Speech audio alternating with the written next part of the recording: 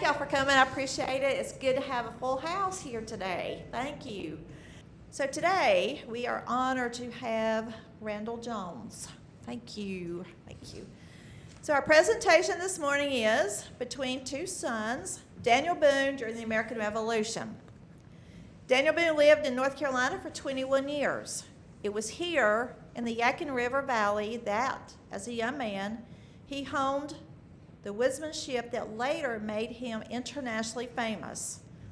Indeed, it was here in the Tar Heel State that Daniel Boone became Daniel Boone. And it was 250 years ago, just last year, in 1775, that he marked his famous trail, the Boone Trace, for others to follow into Kentucky, thus beginning America's first westward movement, just as the American Revolution became a shooting war. So for that reason, you may have wondered, what exactly was Daniel Boone doing during those years when on this side of the mountain, Continental troops were fighting against red-coated British soldiers? Well, now you'll have the answers to your curiosity, and just in time for America's 250th anniversary. Our speaker is an award-winning writer of several books about the Pioneer and Revolutionary War eras in the South and of North Carolina history especially. For a dozen years, he served as an invited member of the Rhodes Scholars Speakers Bureau of the North Carolina Humanities Council, speaking to audiences around the state.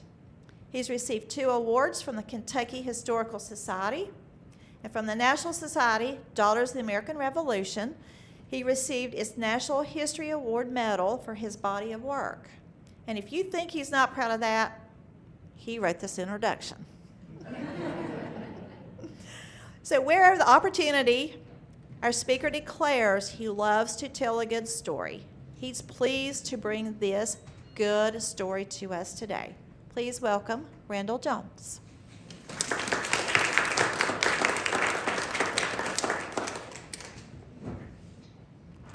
Thank you, Cindy. I appreciate that. And I'm delighted to be here with you at the Caldwell Heritage Museum. I have spoken here before years ago, and John Hawkins invited me and to substitute for Senator Broyhill, which was a great honor. And so I've been in your community and have enjoyed being here. And I thank you for coming today to participate in what is my effort to do something special for America 250, and decided to carry this presentation around to a lot of different places and to help support our heritage communities such as your museum here. And so today is the first of a series of presentations that I'm going to be giving about this same talk. So I'm honored that you're here today to kick this off. Now, Daniel Boone asked me to tell you his story today, not his whole life story. That's in the book that I have over there, From the Cradle to the Grave. And considering that he has 2 birthdays and 2 graves, you know there's a pretty good story to tell. And you're going to want to read it all. But today, he said, he wanted me to tell you about what he was doing during the American Revolution. He wasn't too sure that people remembered all that too well, even those who know of him back in North Carolina across 2 decades, such as yourselves. Now, he lived every minute of that Revolutionary War experience, and some of that haunted him for the rest of his life. Now, he was afraid that what most people knew was that he wore a coonskin cap, which he most certainly did not. Too impractical and hot, he said. And so, if that was what most people believed, he was pretty sure that folks did not know how he spent those tumultuous years between 1773 and 1783. And he wanted you to know, and so he asked me to tell you. And he says, thank you for coming to hear about it. And I thank you also for coming here. It's good to be with you all of you. Now, today's program is Daniel Boone's story. It's Between Two Sons, Daniel Boone during the American Revolution. And this story unfolds on a national landscape, at least a colonial one. So we'll use this map in the background as our geographic reference point. It's a 1778 map by a French cartographer, so it's only approximate to how we understand our landscape today. So get your bearings from this image as how we will be moving around the countryside, and I promise that you'll be able to keep up. We'll be noting both events that involved Daniel Boone and events of importance to the American Revolution that did not involve Daniel Boone, but which help us keep track of the storyline. So that's the where and the when. Now for the who, the what, and the why. Daniel Boone is America's pioneer hero, and he lived here in North Carolina for 21 years. And we can take appropriate pride in that fact. Indeed, as others have rightly said, North Carolina is where Daniel Boone learned to be Daniel Boone. And the Yadkin Valley is Boone country. In fact, Daniel Boone married his wife, Rebecca Bryan, in 1756, just 270 years ago this coming August 14th to be exact, along the banks of Bear Creek at his father's home just 2 miles west of today's Mocksville in Davie County on the forks of the Yadkin. Or maybe it was well east of there and closer to the Yadkin River at the cabin of her father, Joseph Bryan. People will argue for both, but the couple did not care where. He was 21 and she was 17. They only cared about when. And to prove the old adage that kissing don't last but cooking do, they were married into their 57th year together, and they had 10 children and 57 grandchildren. So rest assured that the lineage of Daniel and Rebecca Boone is alive and well 270 years later. Now, as proud as we are of Daniel Boone's life in North Carolina, he did eventually decide to move away. And the Boones left North Carolina in 1773 when he was 39 years old with the intention of moving his family to Kentucky. Now, Boone had hunted in that remote wilderness for 2 years during his first expedition there through the Cumberland Gap from 1769 to 1771. But by 1773, he was getting anxious that others were already coming down the Ohio River and getting the good land. And he did not want to miss out on Kentucky. But in the fall of 1773, as the Boone family made its way toward the Cumberland Gap, their firstborn child, their oldest son, James, then in his 16th year, was murdered along the trail by a party of Cherokee, Shawnee, and Delaware warriors.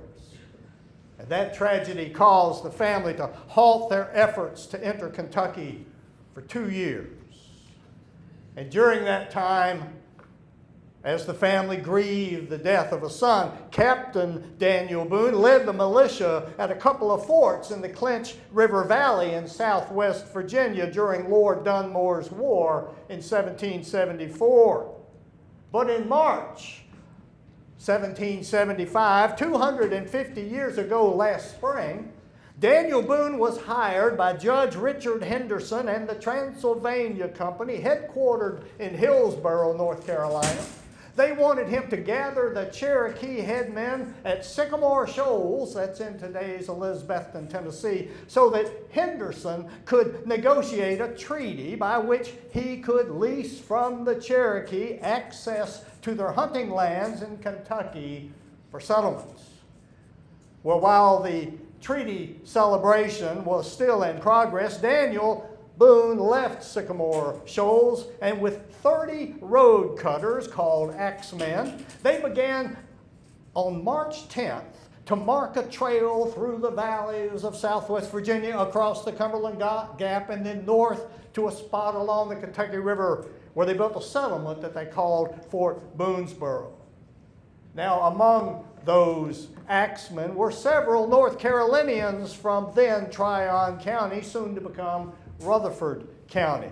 And these axemen included Captain William Twitty and Felix Walker. Now, Boone and the axemen were only a day away from arriving at their intended destination along the banks of the Kentucky River when they made camp on the evening of March 24th and were attacked before dawn by Cherokees, killing Captain William Twitty and his enslaved man Sam. Certainly unknown to them at the time, they had made that camp only a day after Patrick Henry gave his resounding declaration of "Give me liberty or give me death" at a church in Richmond, Virginia. A declaration which further incited the mood for revolution in Williamsburg and the settled parts of Virginia. Now, Felix Walker, then 21, was severely wounded in that attack and was tended like a son by Daniel Boone, Walker wrote later. Now, Boone's son, James, had been killed only 18 months before in an eerily similar attack. And so perhaps Boone's special care for Walker was cathartic for Daniel's broken heart. Now, it would be another 12 days before they could move the wounded Felix Walker and make their way to the Kentucky River. But once there, they started building cabins while they waited for Richard Henderson to arrive. And Henderson did so on April 20th, the day after, but again, unknown to them, of course, skirmishes and gunfire had erupted in the village greens of Lexington and Concord, Massachusetts. The American Revolution and America's first westward movement were unfolding hand in hand. And you can get more detail of that trail marking saga in the new video, Boone's America, Boone Trace 1775. It's free. It's online at my website, danielboonefootsteps.com. Now, the settling of Boonesboro was not a pretty sight or a model for civic enterprise. Too many of the men arriving then were more interested in claiming land and shooting bison just for sport. Boone was finding it difficult to get men to work together for the collective good of the settlement.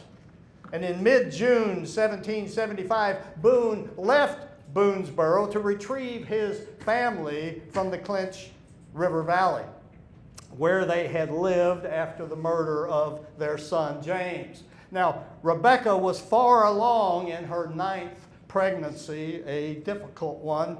So Daniel got busy recruiting more settlers. And in late July, Rebecca lost twins. Only one, William, surviving briefly as a newborn. And after recovering over mere weeks, Rebecca departed for Boonesboro with Daniel, joined by others, including 3 families, making a party of 50 souls. But at a junction of trails in the wilderness called Flat Licks, half of the party, including all the families, turned west toward Harrodsburg instead. And the Boone family continued north with others, arriving at Boonesboro in early September 1775. Meanwhile, back in eastern Virginia, around Chesapeake Bay, by early December 1775, the Whig rebels and Royal Governor Lord Dunmore had come to blows. And then on New Year's Day, January 1st, 1776, 250 years ago, Dunmore started bombarding the city, and he destroyed 2/3 of Norfolk. Lord Dunmore then sailed around Chesapeake Bay, raiding plantations to feed the folks all aboard his ships until he was chased out of Virginia completely in July. And he sailed off to New York, leaving Virginia free of British soldiers for the next 4 years. But Virginia already had a new governor, replaced on June 30th, by the election of Patrick Henry. Now, and Boone was there in Fort Boonesboro in February of 1776, 250 years ago, when Patriot militia of North Carolina defeated the Scots Loyalists at Moores Creek Bridge, the first battle of the Revolution fought in North Carolina. This battle also leaving North Carolina free of British troops for the next 4 years.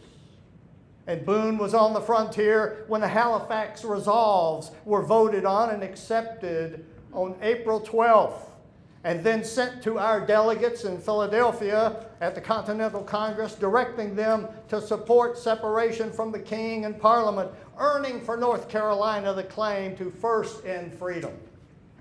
And 2 months later, on July 4th, 1776, in Philadelphia, the Second Continental Congress published our National Declaration of Independence.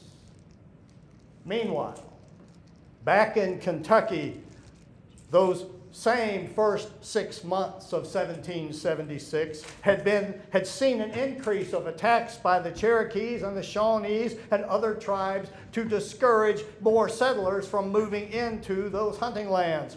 Attacks especially against cabiners, those who were living out by themselves and were not part of the Boonesboro settlement. And so it was that only 10 days after that momentous Declaration of Independence in Philadelphia, Daniel Boone's daughter Jemima and 2 Callaway sisters were kidnapped on July 14, 1776 by Cherokee and Shawnee warriors and carried off into the Kentucky wilderness.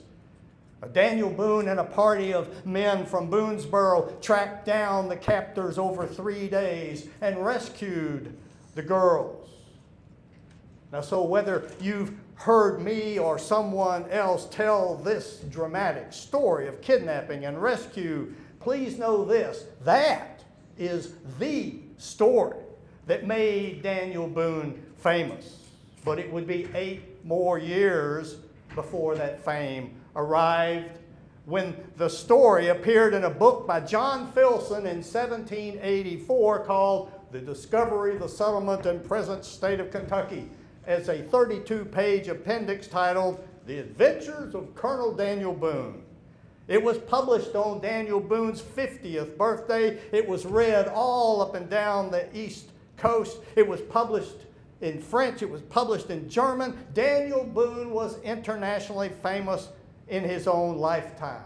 And 50 years after the rescue, that story inspired James Fenimore Cooper to model his kidnapping and rescue scene after it when writing his novel, The Last of the Mohicans. Now, after that heroic rescue, Boone and others remained at the fort in 1776, and life there continued with greater attention to the safety of the settlement. And it is interesting to note that Boone was not the first to lead people into Kentucky. Others were already coming down the Ohio River and settling farther west at the falls of the Ohio. That's today's Louisville. Notable among these was George Rogers Clark. Then just 24 years old, he was soon made commander of the Kentucky militia. Now, Boonesboro was an outpost, but so were other settlements such as Harrodstown and Logan's Station. The settlers at Boonesboro were not alone, but they all lived with the threat of danger. Meanwhile, back in North Carolina, in the same month that the Declaration of Independence was signed, General Griffith Rutherford mounted a campaign to quell some hostilities rising on the Carolina frontier. He intended to eradicate the Cherokees, and he made a strong effort to do so, marching 2,500 militiamen into the Cherokee homeland and burning 32 towns, destroying crops, and intending to run the Cherokees into the forest where they would not survive the winter. Not a proud moment in American history, I don't believe, but the tribes persisted, And the men on that expedition learned how to muster as militia, how to campaign through rugged terrain, and how to fight what they called Indian style, a skill that would serve some of them later in confronting a British invasion. Now, the following spring, 1777, Shawnees attacked Fort Boonesboro, and Daniel Boone, pursuing some attackers, was wounded in the ankle and was about to be killed when Simon Kenton saved his life and carried him back to the fort. And Boone recovered. And that fall of 1777, several hundred miles away, and in a surprising victory, the Patriots, especially effective with the expert rifleman under Colonel Daniel Morgan, defeated Gentleman Johnny Burgoyne at the Battle of Saratoga. And in the mid-December of 1777, General George Washington took his ragtag Continental Army to Valley Forge for 6 months, where the ill-provisioned Continental Army experienced a long, hard winter of bitter cold, persistent hunger, debilitating disease, and morale-sapping despair. In the early months of 1778, Prussian Army officer Baron von Steuben arrived at Fort Valley Forge and began to train the Continental troops. And about that time, our beloved Nathaniel Greene arrived as the new quartermaster general. And so, in February 1778, while Washington's army was getting into fighting order, across the mountains, Daniel Boone and a party of 27 salt makers had spent a month away from the fort boiling down briny water to make salt, a necessary staple of frontier life.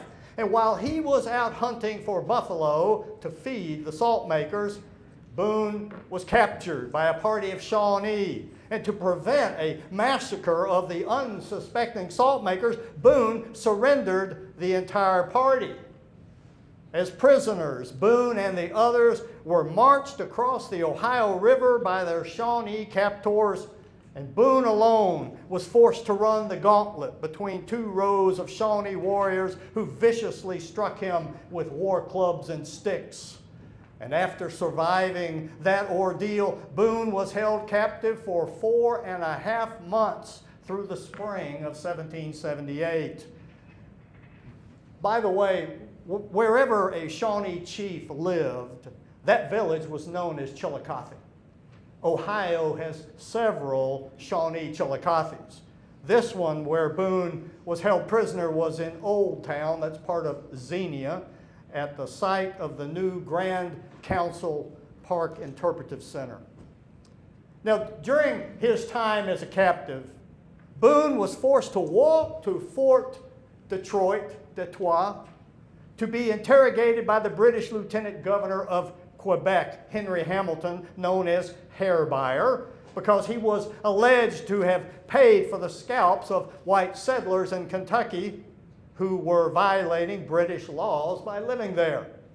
Hamilton asked Boone if the rumors were true that Burgoyne had been defeated at Saratoga.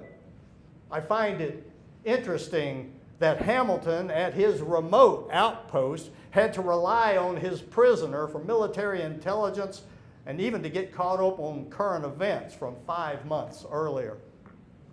Well, it was there in Detroit that Boone perpetrated a ruse, pretending to assure Hamilton that he would indeed surrender Fort Boonesboro and have the settlers come to live under Hamilton's jurisdiction. Boone made this false promise to prevent the British from sending the Shawnees to attack the unprotected Fort Boonesboro. At this time, the fort's stockade was not completed. The settlers were in danger, but not everyone was aware of Boone's plan. It looked to the other prisoners as if Boone had cut a deal for his own benefit, and indeed one at their expense. Well, Boone returned from Detroit as a prisoner to the Shawnee camp at today's Old Town, Ohio, where he was adopted into the family of Chief Blackfish as a son and given the name Sheltowee, meaning big turtle. And when Boone overheard talk of an imminent attack on Boonesboro, he knew that he had to get away and warn the settlers there. And he chose his time and he made good his escape. Boone covered 140 miles on foot in 4 days, including swimming across the Ohio River. And he only had one meal, and that was on the morning of the 4th day, and he was 44 years old. Now, when Boone got to the fort, he discovered that his family had given him up for dead. Rebecca and the children had moved back to North Carolina. His 2 married daughters, Susanna and Jemima, had remained at the fort with their husbands, and Boone stayed at the fort too, and he helped prepare for the imminent Shawnee attack. But the attack did not come in July or even in August, and the settlers let down their guard. In September, however, Chief Blackfish and the Shawnee War Party arrived, and they laid siege to Fort Boonesboro with British advisors standing in the rear just out of rifle range. And Boone helped to defend the fort, and he went out to negotiate with Blackfish. And again, this apparent friendliness with the Shawnees cast more suspicion on his intentions. And after 9 days, and after unsuccessful attacks, even some attempts at treachery, which Boone successfully escaped, the Shawnee lifted the siege and they left the fort. At that point, Daniel Boone was charged with treason by a jealous Richard Calloway, the father of the 2 girls Boone had helped rescue 2 years earlier. Now, Boone was court-martialed at Logan's Station, also called Logan's Fort, and Boone defended himself so successfully during the court-martial that he was not only acquitted of the charges, but actually promoted to the rank of major in the Virginia militia.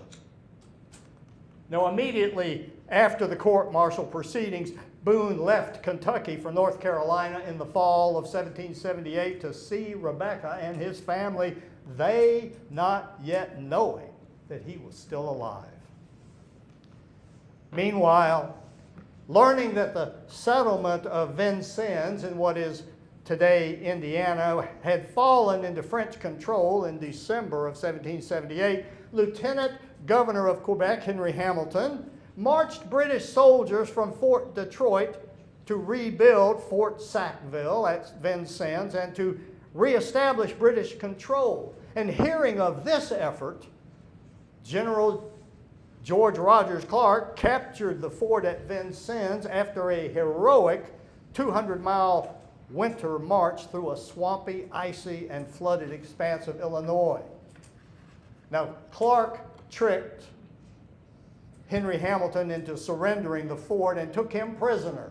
And in late February, and this is the important part, George Rogers Clark ordered Hamilton taken as a prisoner all the way to Williamsburg. So during the spring of 1779, prisoner Hamilton, treated as a criminal, not a prisoner of war, traversed the overland route through Kentucky and across the Cumberland Gap, the route cut in places from the wilderness by Daniel Boone, a man who had been Hamilton's prisoner not quite a year earlier.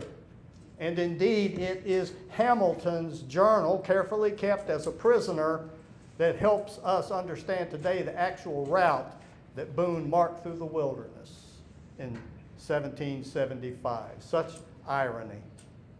Now, while Daniel was with his family in North Carolina, he recruited more settlers over the next year, and in the fall of 1779, he returned with his family and about 100 new people, including Abraham Lincoln, the grandfather of the future president. Upon arriving at Boonesboro, Daniel and Rebecca and their children found too many people there and too many not of the sort Daniel thought worthy of the frontier. So the Boones moved 6 miles north, and they established their own home at Boone's Station with other Boone families at today's Athens. It's spelled like Athens, but in Kentucky, it's Athens. In the winter of 1779 and 1780, that was the harshest winter yet experienced in Kentucky. And many people suffered greatly. Cattle and horses were lost to the elements. Even wild animals froze to death. Mention of the deadly severe winter that season was also made by George Washington, whose Continental Army was holed up then in Morristown, New Jersey. And in February 1780, just as that cold, harsh winter was breaking, Boone rode to Williamsburg to purchase land warrants on behalf of himself and others. He was entrusted with the equivalent of $20,000 in continental currency. At a tavern, also called an ordinary, in James City County, he was drugged and his money was stolen from his saddlebags. The innkeeper's wife, or maybe it was his mother, may have hid herself underneath the bed until the drugged Boone fell asleep. And Boone returned to Kentucky without the money or the land warrants that he went to purchase. Meanwhile, east of the Appalachians, British General Sir Henry Clinton had sailed from New York with an army of British Legion ready to execute the British Southern strategy. After the surrender of Charlestown on May 1780, General Charles Lord Cornwallis began his march northward, intending to rally to the King's standard men in the Carolinas still loyal to the British Crown. They would form an army of American loyalists and march north to attack George Washington from the south. Well, on May 29th at the Wax Halls, Lieutenant Colonel Bannister Tarleton's mounted Green Dragoons rode down upon the Continental Virginia troops under Colonel Abraham Buford as they were withdrawing from their failed attempt to help relieve Charlestown. Although the Virginians believed that they had surrendered and were calling for quarters, the dragoons rode in hard among Buford's men and slaughtered the troops with slashing sabers. This incident gave rise to the battle cry of Tarleton's Quarter and earned for Bannister Tarleton the sobriquet Bloody Band. Now, as a quick aside, because we're here in North Carolina, Stokes County is named for John Stokes, the first federal judge for North Carolina district, appointed in 1790 by President George Washington. Now, Judge Stokes studied law, taught it to Andrew Jackson, and presided in court with only one hand, having lost the other to a British saber at the Battle of the Wax Halls. He lived in Coulomie along the South Fork of the Yadkin River, separating today's Rowan and Davie counties. Now, in mid-August, as Cornwallis's British Legion was marching northward through South Carolina, his army completely routed Continental General Horatio Gates at Camden. Cornwallis then prepared to march into North Carolina at Charlottetown. He would be the first British troops anywhere in North Carolina since 1776. Meanwhile, in the same month, August of 1780, Boone, by then a lieutenant colonel in the Virginia militia, responded to the call for muster from General George Rogers Clark on the Kentucky frontier. Boone worked as a scout. Clark's 1,100 men crossed the Ohio River at the mouth of the Licking River, which is across from today's Cincinnati, and they attacked the Shawnee villages, burning their crops and causing the Shawnee men, women, and children to flee north, much as Rutherford had done against the Cherokees in North Carolina 4 years earlier. Meanwhile, back east, in that region where Rutherford had been commander of the North Carolina militia, Major Patrick Ferguson, whose army of loyalists was protecting Cornwallis's left flank, advanced into the western Piedmont of North Carolina at Gilberttown, near today's Rutherfordton, and in September issued his infamous threat to the people of the Overmountain region of North Carolina: "If you do not desist your opposition to the British arms, I shall march this army over the mountains, hang your leaders, and lay waste your country with fire and sword." In spirited response to this threat to their homeland, 1,000 militiamen, many experienced Indian fighters, mustered at Sycamore Shoals and then marched on foot and on horseback over the mountains into the North Carolina Piedmont, pursuing Patrick Ferguson and his army of loyalists. Meanwhile, back in Kentucky, Daniel Boone and his brother Edward, always called Ned, were returning from a salt-making expedition shortly after George Roger Clark's August incursion into the Shawnee homeland. They were hunting a couple of dozen miles northeast of Boone's station, where they had stopped to rest along a babbling brook on the afternoon of October 6, 1780.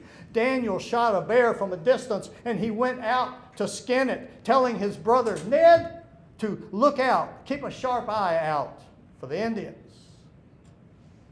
Well, across the mountains, on the afternoon of that same day, October 6, 1780, the Patriot militia who had been tracking Patrick Ferguson for 2 weeks were gathering at the cow pens in the upcountry of South Carolina. They were now some 1,800 strong, and learning that Ferguson's army was encamped on a small promontory called Little King's Mountain. The militia colonels Campbell, Shelby, Sevier, Cleveland, Hampton, Williams picked the 900 best marksmen and put them on the 900 sturdiest horses, and they rode out at 9 p.m. on a cold, dark, rainy October night, intending to cover 30-some miles overnight before Ferguson could retreat to the protection of Cornwallis's larger army at Charlestown. And back in Kentucky, some 300 miles away, at the very instant that these Patriot militiamen were gathering at the cow pens, a hunting party of Shawnee shot and killed Ned Boone as he sat by that babbling brook cracking walnuts. The warriors then spotted another figure, Daniel, out in the meadow. They chased him into the cane along the river, where he escaped from them. Daniel ran all night through the woods, some 20 miles, making his way to Boone's station. And at dawn on October 7th, Daniel and a party of men from Boone's station mounted their horses, and they rode out to find the body of Edward Boone, almost 7 years to the day since James Boone had been murdered in 1773 as the Boone family first advanced toward the Kentucky wilderness. Tradition says that the Shawnee warriors severed the head from the body and carried the head back to their camp as proof that they had killed Daniel Boone. Edward looked so much like Daniel, the mistaken identification was not unexpected. And east of the mountains, that same afternoon on October 7th, at the promontory known as Little King's Mountain, the band of Patriot militiamen, without a single Continental officer or soldier among them, defeated the left flank of Cornwallis's army. They killed Major Patrick Ferguson and killed or captured his entire army of Loyalist soldiers. And among the militia colonels from the Overmountain region was Isaac Shelby, who would become Kentucky's first governor.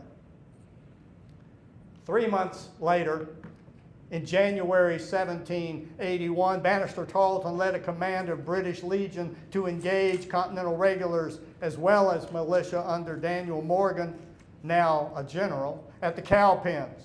And 2 months after that Patriot victory, and after Cornwallis's pursuit of Nathaniel Greene in the latter's strategic retreat known as the Race to the Dan, Cornwallis engaged General Greene at Guilford Courthouse in March, the battle which changed the course of the American Revolution.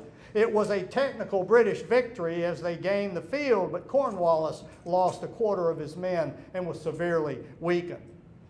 Cornwallis retreated to Wilmington, North Carolina, to regroup, to recover, and to plan his next move.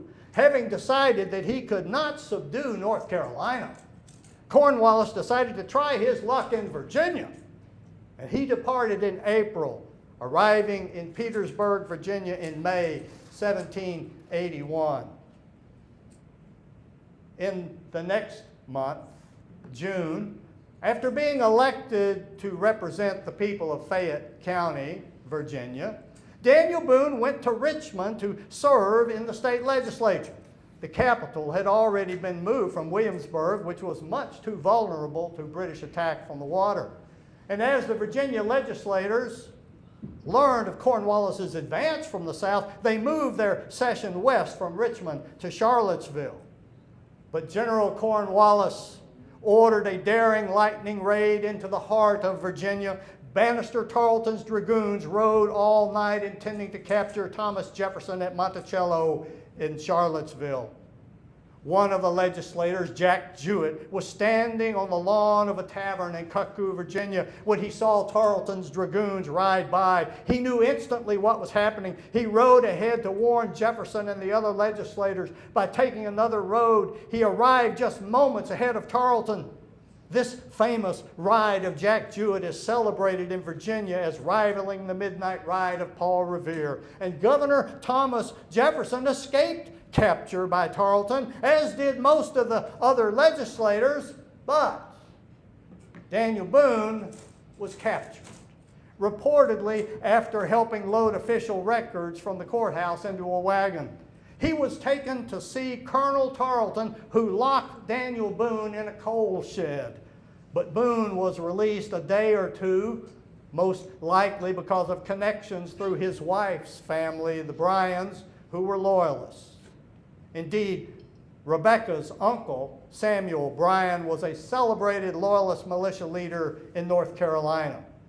Once released, Boone rode on west to Stanton, where the Virginia legislators had reconvened their legislative session in the local Episcopal Church. That summer of 1781, after the end of the legislative session in Stanton, Boone returned to Kentucky, and in the fall, he traveled again to Virginia for the second session of the legislature.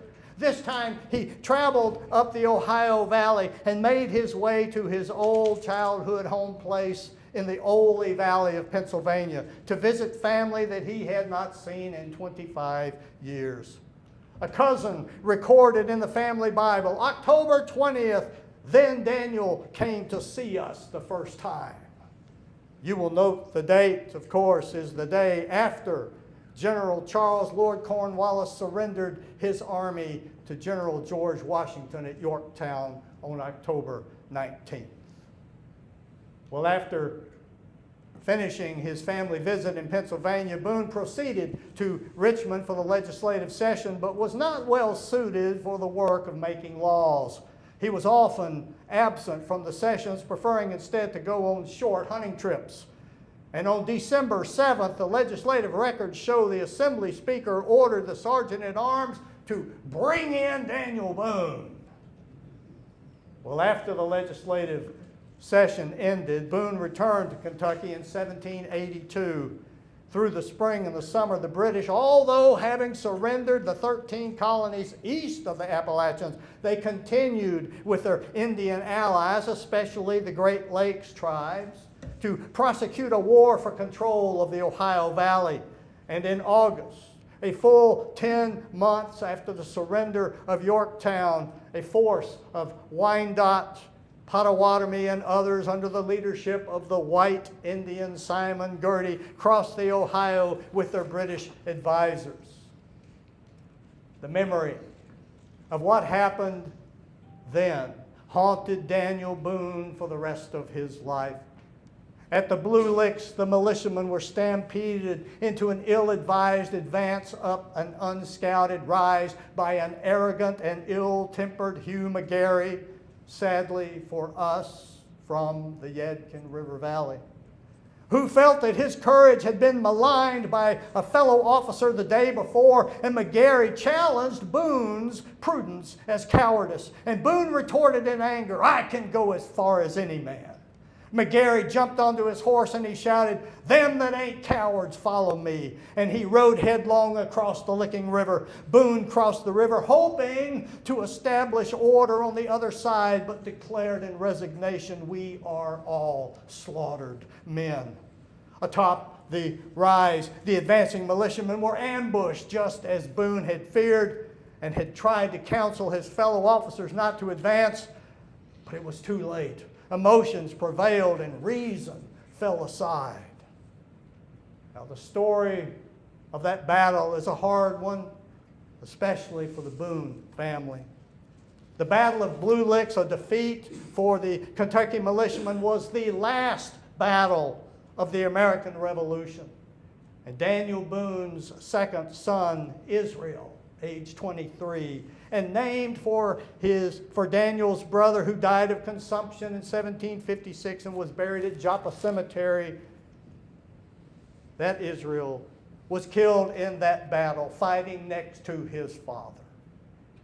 Daniel had goaded his son into coming on that excursion, even though Israel was sick. So the death of this son haunted Daniel for the rest of his life, as he reproached himself always for letting his emotions get the better of him. Israel Boone, the son, is buried at Boone Station. For the remainder of the 18th century, Daniel Boone lived in and around Kentucky and what is now West Virginia. He tried his luck with surveying and land speculation, at storekeeping and tavern keeping, harvesting ginseng and supplying provisions to the militia, none of it successfully. And he continued to serve in the legislature of Virginia, representing Mason County, now West Virginia. In 1796, Boone wrote a letter to Governor Isaac Shelby, making the argument that given all that he had done for the settling of Kentucky, he deserved the contract the Commonwealth was letting for the constructing of the Wilderness Road, a wagon road, from the Cumberland Gap to Crab Orchard. The governor never responded, and the contract went to other people. By the late 1790s, Daniel believed that Kentucky had treated him poorly, and he was fed up. And he had the opportunity to move west to a new frontier. Daniel and his family had been given 8,000 acres by the Spanish government to move to the Missouri Territory. Daniel and Rebecca packed up their belongings and with their extended family began to float down the Ohio River as Daniel drove the cattle overland. And then in the late fall of 1799, just as Boone was arriving on the Missouri frontier, George Washington died in his Mount Vernon home on December 14th at the age of 67. Daniel Boone had turned 65 6 weeks before and would live another 21 years, always looking west toward his next adventure. Well, that's the story that Daniel asked me to tell you. And he hopes you found it interesting and informative and that it shed some light on all that he was involved in 2.5 centuries ago, when this new country was just being born, just getting raised up as a beacon of hope, a cradle of democracy for we the people, so that everybody here could live a life of freedom, just as he had, when the wilderness stretched out before him and welcomed him into a new land of opportunity for him and for all those new Americans who followed after him. Questions?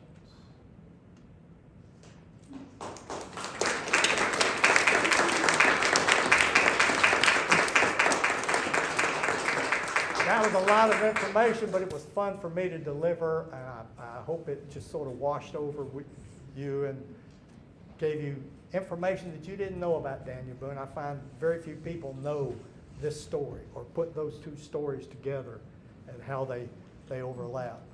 That's not the Daniel Boone we grew up with. Not the Daniel Boone you grew up with, I understand. That's not the Daniel Boone on TV. Not the Daniel Boone on TV. And a quick aside, The Daniel Boone TV show began in September of 1964. Within 18 months, the Kentucky legislature passed a resolution condemning that TV show as an insult to the intelligence of Kentuckians. Questions, please. Yes, ma'am. What were your sources for all this fascinating information?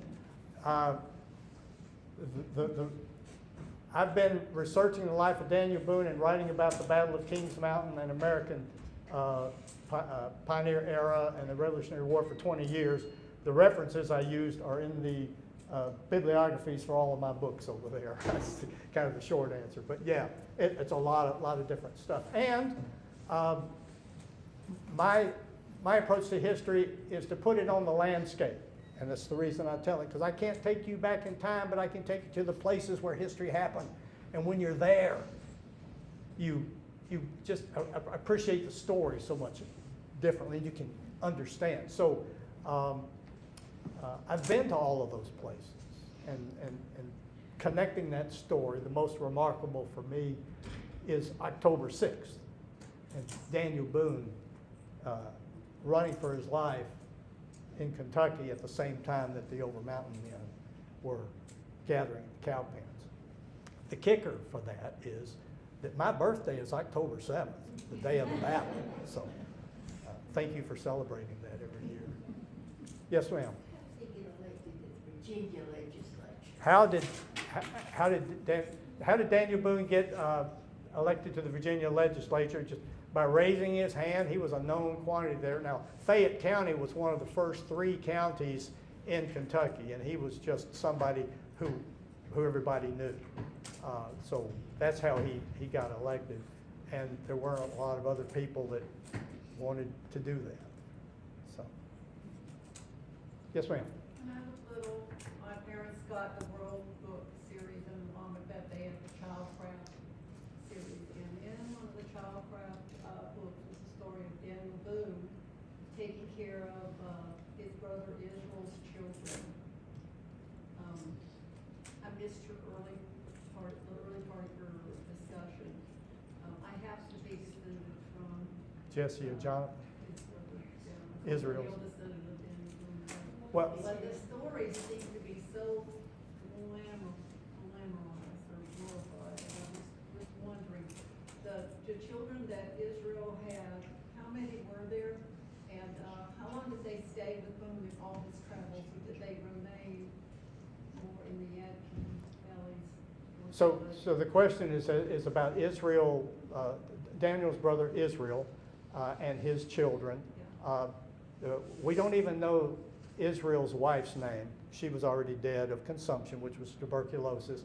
Israel died of tuberculosis. They had 2 daughters that died of tuberculosis. They had 2 sons, Jesse and Jonathan. They survived. So those are the 4 children that I know about from Israel Boone. Daniel wasn't married at the time that he became the guardian for Jesse and Jonathan, the 2 preteen. That's not how Childcraft painted it. They Yeah. didn't paint it that way. They Yeah. painted it as Daniel Boone and his wife took those Well, children. I'm getting there. So this was in June of 1756 is when Israel Boone died, and Daniel Boone became the guardian for these 2 young boys. Now, Daniel Boone was a long hunter, and he liked to go out and hunt, needed to go out and hunt, so he had these 2 young boys to take care of. What he needed right then, more than anything else, was a wife, absolutely. Well, he'd met the young Rebecca at a family wedding earlier, and so he cranked up the courtship, and they got married on August 14th, 1756. And he says, "Here, honey, take care of the kids. I got to go hunt." So that's the way that happened. So she was 17 and became the immediate guardian for these 2 boys that were not even 10 years younger than her.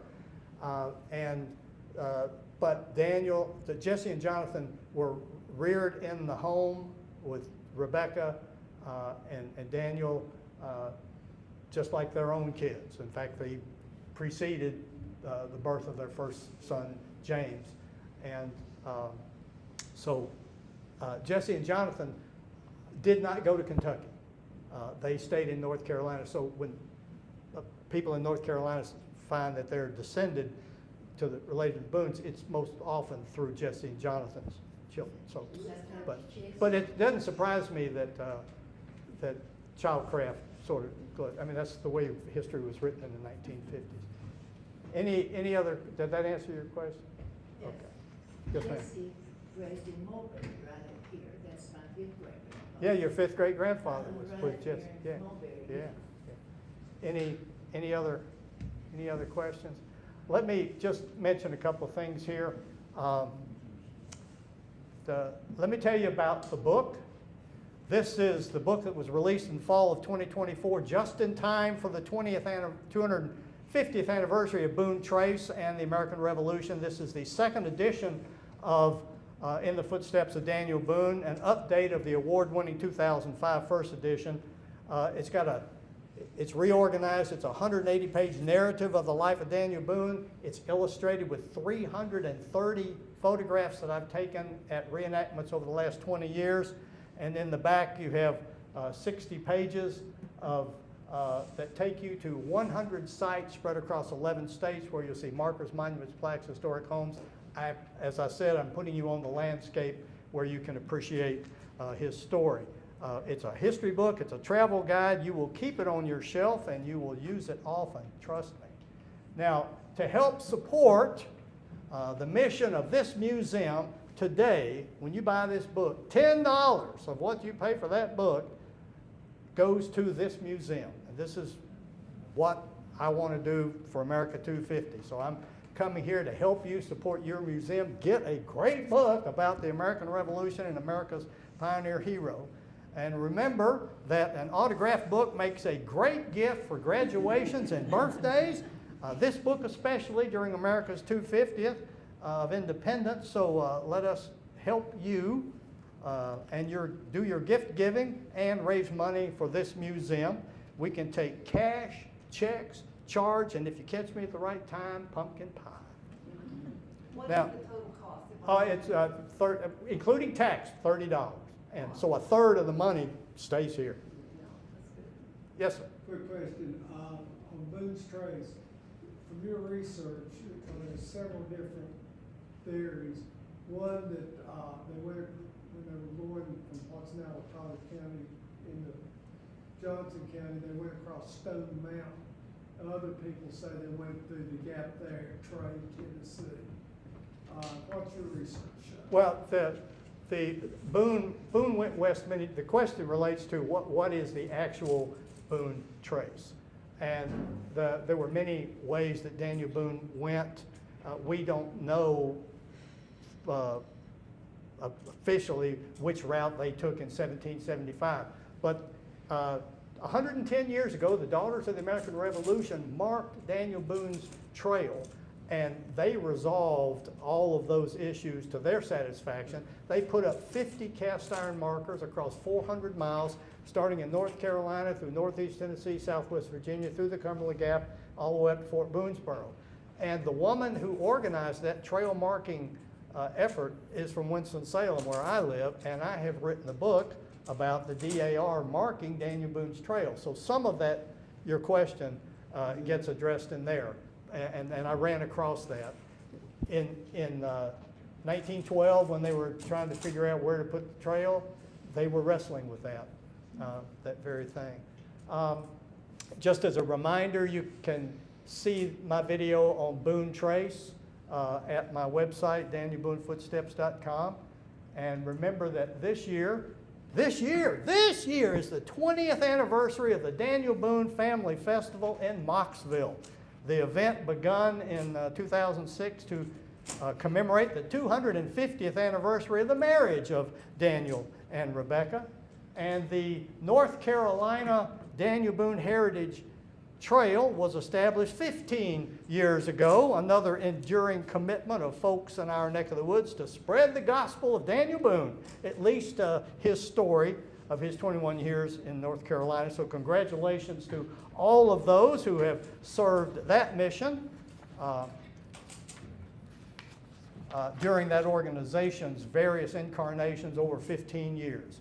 I also want to mention to you, this is the 50 years ago during America's bicentennial, columnist and reporter Roy Thompson published in the Winston-Salem Journal a year-long series of articles about North Carolina called Before Liberty, and you can hear them now redone as a podcast on Substack.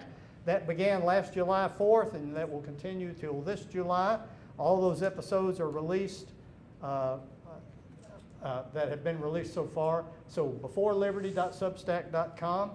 And I want to mention to you that the Charlotte Museum of History has scored a coup. They are hosting the American Revolution Experience, the augmented exhibition. I call it handheld history. But you go into a room and then it puts you in the middle of the action. And when you look at that screen and turn around, you'll get a 360-degree view.